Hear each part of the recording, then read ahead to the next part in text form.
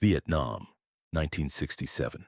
Gunnery Sergeant Carlos Hathcock pressed his eye against a scope that wasn't supposed to be there. The target was a speck, a tiny figure on a bicycle pedaling casually down a dirt road nearly a mile and a half away. At that distance, the man was invisible to the naked eye. Even through the scope, he was barely more than a smudge against the brown terrain. 2,500 yards, 1.4 miles, 14 football fields laid end to end. No sniper rifle on Earth could make that shot. The Marine Corps M40 was accurate to maybe 800 yards on a perfect day. Beyond that, bullets tumbled, wind scattered them, gravity pulled them into the dirt. But Hathcock wasn't using a sniper rifle. He was using a machine gun, specifically an M2 Browning 50 caliber heavy machine gun, a weapon designed to tear apart trucks and aircraft, not pick off individual humans at impossible distances. And mounted on top of that machine gun, held in place by a bracket Hathcock had fabricated himself from scrap aluminum, was a telescopic sight. The armorers had laughed when they saw it. "You're going to shatter that scope the first time you pull the trigger. The M2 can't hold zero, it's too loose, too much vibration. This is a stunt, Hathcock, a parlor trick, it'll never work in combat." Hathcock had listened to all of them. Then he'd carried his Frankenstein weapon out to the firebase anyway. Now, with 2,500 yards of empty air between him and his target, he was about to prove every single one of them wrong. He exhaled slowly, let his heart beat steady, squeezed the trigger. The 50 caliber round left the barrel at 2,900 feet per second. It flew for nearly 3 full seconds before it arrived. The man on the bicycle never knew what hit him. In Vietnam, the Viet Cong had figured out American sniper limitations with deadly precision. They knew the M40 rifle, the standard Marine sniper weapon, was accurate to roughly 800 yards, maybe 900 with a perfect shooter in perfect conditions. Beyond that range, American snipers were helpless. So the Viet Cong adapted. They established supply routes just over 1,000 yards from Marine positions. They moved men and materiel in broad daylight, waving at the American positions, sometimes literally taunting them. "Come get us," their body language said. "You can't reach us." And they were right. The Marines couldn't reach them. The snipers called it the Impossible Valley, a stretch of terrain that was technically within sight of their positions but completely beyond their ability to engage. Every day, enemy soldiers walked through that valley carrying weapons, ammunition, and supplies. Every day, the Marines watched through their scopes and ground their teeth in frustration. The officers tried everything. Artillery? Too slow. By the time shells arrived, the targets had scattered. Air support? Overkill for a few men on a trail. And the jungle canopy made targeting nearly impossible. Conventional patrols? Suicidal. The approaches were mined and ambushed. The Viet Cong had found a gap in American capabilities, and they were exploiting it ruthlessly. Carlos Hathcock watched his enemies walk free day after day, and he started thinking about solutions. Here's what made Hathcock different from every other sniper in Vietnam. He didn't accept limitations. When someone told him something was impossible, he didn't shrug and walk away. He sat down and figured out why it was impossible, and then he figured out how to make it possible anyway. The M40 couldn't reach the Impossible Valley. Fine. What weapon could? Before I tell you about the shot, you need to understand who Carlos Hathcock was. He was already a legend by 1967. The Vietnamese called him Long Trang, white feather, because he wore a white feather in his bush hat. It was an act of almost suicidal arrogance, a visible marker that screamed, "Here I am," to every enemy in the jungle. He wore it anyway, partly as a psychological weapon, partly because he simply didn't care. By the time of the Impossible Valley problem, Hathcock had 93 confirmed kills. The actual number was probably much higher. The Marine Corps required an officer to witness each kill, which was often impossible in the jungle. He'd already pulled off shots that other snipers considered fantasy. He'd once crawled for 3 days through enemy-held territory. 3 days of moving inches at a time, lying in his own waste, being stepped on by enemy patrols, to reach a position where he could kill a North Vietnamese general. He dueled enemy snipers and won every time. He was, by any measure, the most dangerous man in the Vietnam jungle. But even Hathcock couldn't hit targets at 2,500 yards with a standard rifle. Physics didn't care about reputation, so Hathcock decided to change the physics. The M2 Browning 50 caliber machine gun had been in service since 1933. It was designed as an anti-aircraft and anti-vehicle weapon, a massive, brutal machine that fired bullets half an inch in diameter at nearly 3,000 feet per second. The 50 BMG round was a monster. It could punch through armor. It could reach out to distances that seemed absurd for a projectile weapon. The Army had documented accurate fire at over 2,000 yards in World War II, but no one had ever used it for precision sniping. Why not? Because machine guns weren't precise. They were designed to spray bullets, not place them. The M2's barrel had significant play. Its mounting systems allowed for vibration. Its recoil was violent enough to shatter delicate optics. At least that's what everyone believed. Hathcock believed differently. First, he acquired a Untold telescopic sight, the same type used on Marine sniper rifles. 8-power magnification, precision crosshairs, built for accuracy. Then he looked at the M2 and started solving problems. Problem 1, mounting the scope. The M2 had no provisions for optics. It was designed to be aimed with simple iron sights, spraying bullets in the general direction of the target. Hathcock fabricated a custom bracket from scrap aluminum. He machined it himself, using tools borrowed from the Firebase workshop. The bracket clamped onto the receiver of the M2, holding the scope rigidly in place. The armorers watched him work and shook their heads. That recoil is going to tear your bracket apart. Even if it holds, the scope will shatter. Hathcock kept working. Problem 2, zeroing the weapon. A sniper rifle is zeroed at the factory. The barrel is precisely aligned with the sights. Every component is machined to tight tolerances. The M2 was the opposite. Military specifications allowed for significant slop in the mechanism. The barrel could shift. The receiver could flex. Shot-to-shot consistency was acceptable for suppressive fire, but useless for precision work. Hathcock's solution was methodical testing. He fired hundreds of rounds through his modified M2, carefully adjusting the scope after each group. He learned the weapon's quirks. He discovered that certain positions produced tighter groups. He found the sweet spot where the machine gun's inherent looseness minimized. The armorers predicted failure.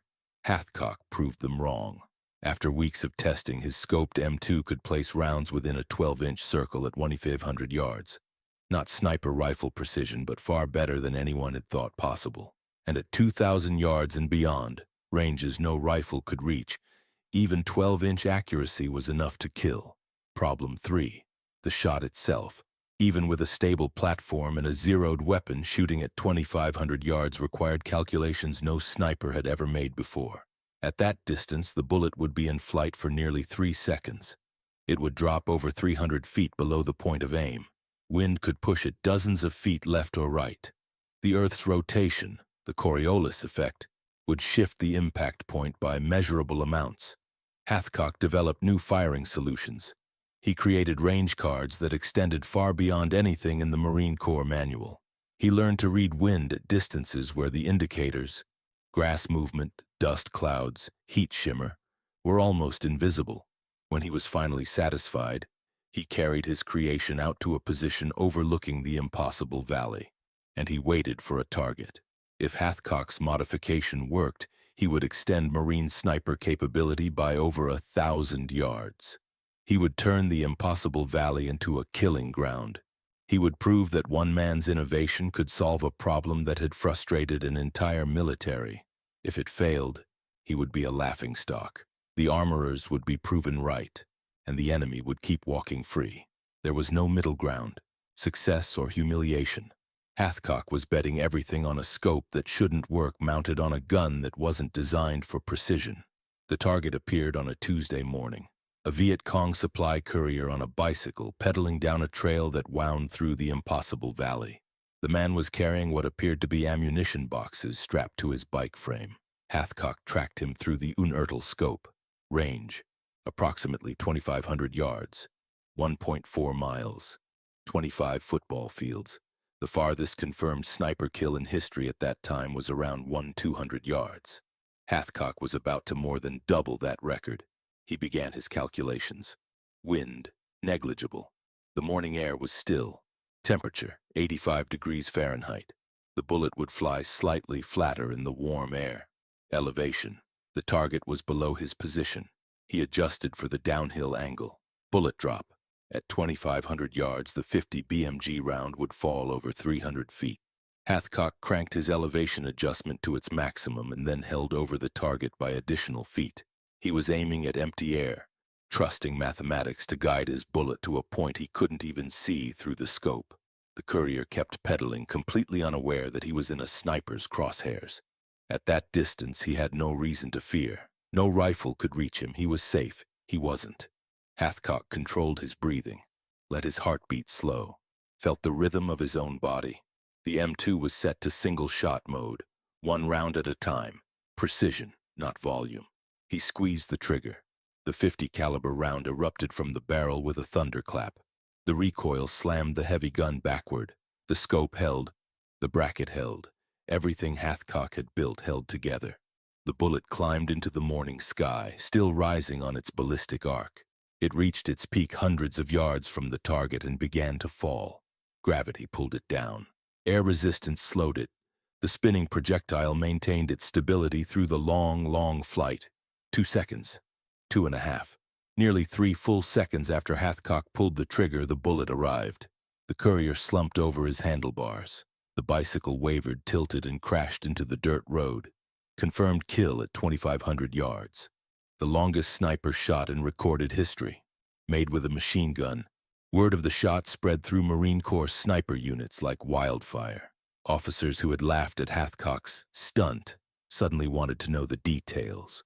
Other snipers started asking about mounting scopes on M2s. The armorers who had predicted failure quietly stopped making predictions. But the bicycle shot wasn't Hathcock's only legendary accomplishment. Let me tell you about the Cobra. In 1967, the North Vietnamese sent a sniper specifically to hunt Carlos Hathcock. They called him the Cobra, a trained assassin with a reputation for patience and precision. The Cobra's mission was simple: kill White Feather. For days, the two snipers stalked each other through the jungle. Each man knew the other was hunting him. Each man knew that one mistake meant death. Hathcock caught glimpses of movement, shadows that didn't belong, the faint glint of glass in the undergrowth. The Cobra was good, very good, but Hathcock was better. On the final day, Hathcock spotted a reflection in the jungle, the unmistakable glint of a scope lens. The Cobra had found a concealed position and was waiting for his shot. Hathcock had a decision to make. He could retreat and try again another day, the safe play, or he could take the shot. He took the shot. His bullet traveled across the jungle and struck the Cobra's scope directly. It passed through the glass, through the scope's body, and into the Cobra's eye. The only way that shot could have hit, the only way Hathcock's bullet could have gone straight through the scope, was if the Cobra had been aiming directly at him at the exact same moment. If Hathcock had hesitated for even a fraction of a second, the Cobra's bullet would have found him instead. The duel was over. The Cobra was dead, and Carlos Hathcock had proven that he was the deadliest sniper in Vietnam. Think about what just happened. A man with an unauthorized, improvised, jury-rigged weapon modification made the longest confirmed kill in military history. Then he won a sniper duel by shooting through his opponent's scope. These weren't lucky shots. They were the result of innovation, preparation, and skills that no training manual could teach. The experts said his ideas wouldn't work. Hathcock wasn't interested in experts. He was interested in results. Carlos Hathcock's scoped M2 changed military thinking permanently. After Vietnam, weapons developers looked at his improvised design and saw the future. If a scope could be mounted on a 50 caliber machine gun, why not build a dedicated 50 caliber sniper rifle from scratch? The result was the Barrett M82, the first purpose-built 50 caliber sniper rifle. It entered service in 1989 and has been used by military forces around the world ever since. The Barrett can accurately engage targets at over 2,000 yards. It can destroy equipment, disable vehicles, and penetrate cover that would stop any conventional rifle round. None of it would exist without Carlos Hathcock. The armorers who laughed at his stunt lived to see their grandchildren using weapons built on the principles he proved. Hathcock himself continued to serve until 1979. when injuries from rescuing Marines from a burning vehicle forced his retirement. He'd been badly burned, saving 7 fellow soldiers, an act that earned him the Silver Star. Even at the end, he was saving lives instead of worrying about his own. He died in 1999 at the age of 56. His 93 confirmed kills remained the Marine Corps record until 2011. But the numbers don't capture what Hathcock really accomplished. He proved that limitations are only limitations if you accept them. He proved that one man's innovation can solve problems that defeat entire organizations. He proved that the answer to "it can't be done" is sometimes "watch me." Carlos Hathcock wore a white feather in his bush hat for his entire career. The enemy put a $30,000 bounty on his head. They sent their best assassin to kill him. They tried everything they could think of to stop White Feather. He wore the feather anyway, not because he was reckless, because he understood something about fear. If you let your enemies know you're coming and they still can't stop you, that fear spreads. It undermines morale. It makes them hesitate. The scoped M2 was the same philosophy. Everyone said it wouldn't work. The armorers, the officers, the experts. Hathcock built it anyway. And when that bicycle courier dropped at 2,500 yards, when the Cobra died with a bullet through his scope, the laughter stopped. It was replaced by something else. Respect. Sometimes the weapon that changes everything is the one everyone said was impossible. And sometimes the man who changes everything is the one who refuses to listen. If this story of impossible shots and proving the doubters wrong gripped you, smash that subscribe button right now.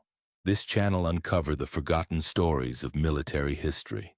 The snipers who broke records, the inventors who defied the experts, and the moments that changed warfare forever. Tap that bell icon so you never miss when I drop a new video. And I need to hear from you. Drop a comment below.